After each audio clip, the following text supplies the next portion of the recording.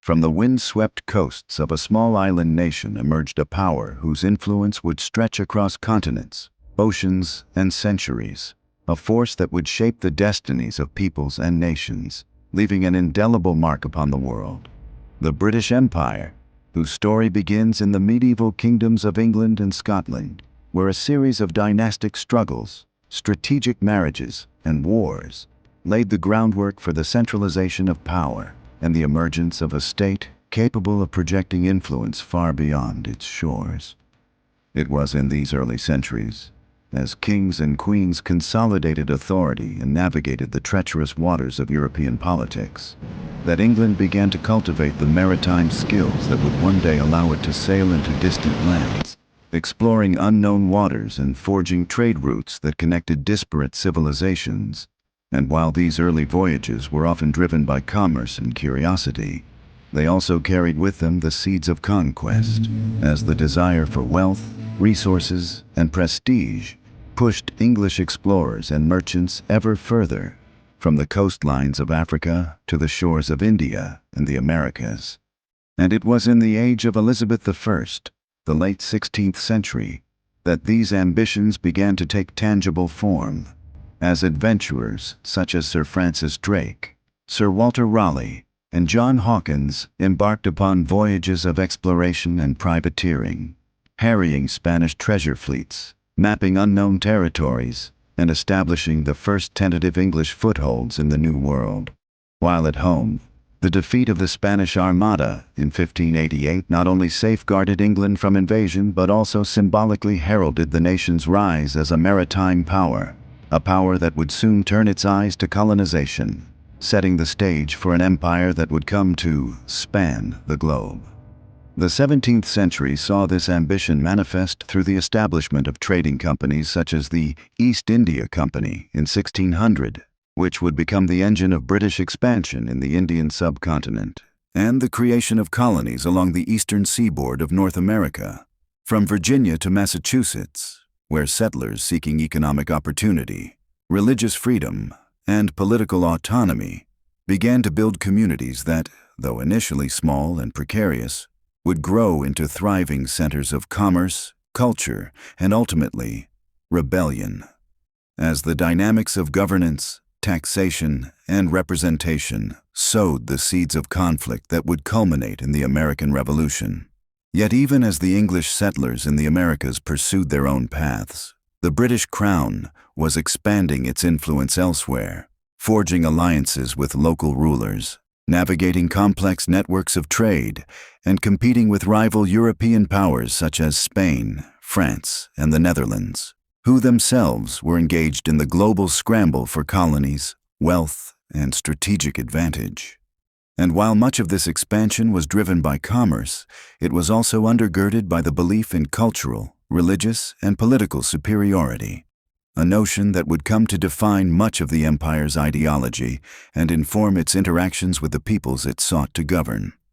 The 18th century brought both triumphs and challenges, as Britain emerged victorious in the 7 Years' War, securing vast territories in North America, the Caribbean, and India,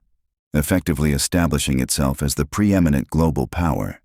Yet these gains came at a cost, as administering distant lands, defending trade routes, and managing colonial economies required unprecedented levels of organization, military presence, and fiscal ingenuity. And the resulting strains often led to tensions, uprisings, and debates over governance, rights, and representation, culminating in the loss of the American colonies following the Revolutionary War, a bitter but formative experience that forced Britain to reconsider its imperial strategies and focus on consolidating and expanding influence elsewhere, particularly in India, where the East India Company increasingly became a de facto sovereign power, wielding military, administrative, and economic control over vast territories, and shaping the subcontinent's destiny in ways that would reverberate for centuries.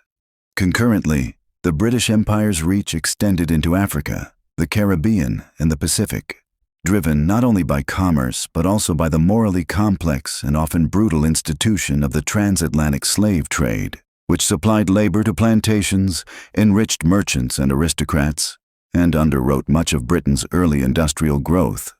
yet left a legacy of suffering, resistance, and cultural transformation among enslaved populations. While back home, the Industrial Revolution fundamentally altered Britain itself, transforming it from a primarily agrarian society into the workshop of the world, generating unprecedented wealth, technological innovation, and social change, and simultaneously providing the tools, steamships, railways, telegraphs, modern armies, that allowed Britain to project power across the globe with an efficiency and reach unmatched by any contemporary rival, thereby consolidating its empire in India, Africa, Australia, and beyond. The 19th century is often called the imperial century, as Britain's dominion expanded to cover nearly a quarter of the Earth's surface, from the deserts of Egypt to the jungles of Malaya, from the frozen reaches of Canada to the sun-baked plains of South Africa. And this expansion was accompanied by a complex interplay of diplomacy, warfare, trade, and cultural imposition, where treaties, protectorates, and colonial administrations were layered over diverse societies, often with little regard for local traditions, governance structures, or autonomy. Yet the British also invested in infrastructure, legal systems, education, and institutions that would profoundly shape the colony's development, creating a paradoxical legacy of exploitation and modernization, coercion and cultural exchange, dominance and diffusion. Within Britain itself, the empire's growth fueled national pride, political debates, and social transformations. As wealth flowed from overseas, new classes emerged, and movements advocating reform, abolition, and suffrage intertwined with the broader story of imperial governance. While across the colonies, resistance, negotiation, and adaptation defined the local experience. From the Sepoy Rebellion in India to the Zulu resistance in South Africa, from the settlement struggles in Australia to the political agitation in Canada and New Zealand, highlighting that the empire was never a monolith but a dynamic and contested space where multiple actors, colonial officials, indigenous leaders, settlers, merchants, and missionaries, shaped the unfolding narrative. Entering the 20th century,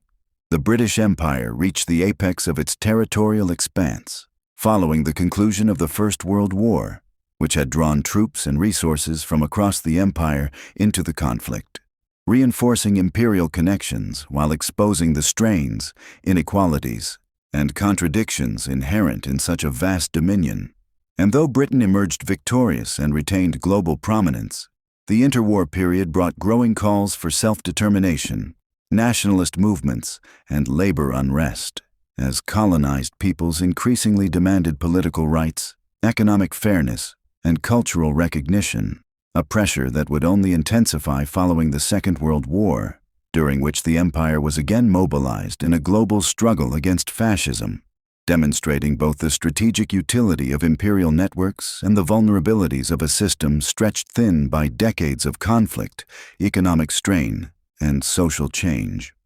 In the aftermath of the Second World War, the British Empire entered a period of rapid decolonization, as India, Pakistan, and Ceylon achieved independence in 1947 and 1948, setting a precedent that would ripple across Africa, the Caribbean, and Southeast Asia over the following decades. While Britain itself grappled with the loss of status, the reorientation of its economy, and the need to redefine its place in a world dominated by the United States and the Soviet Union. And yet, even as formal imperial control receded, Britain maintained cultural, economic, and political influence through the Commonwealth, trade networks, and military alliances, reflecting the enduring legacy of centuries of global engagement.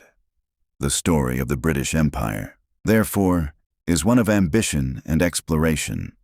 commerce and conquest, innovation and oppression,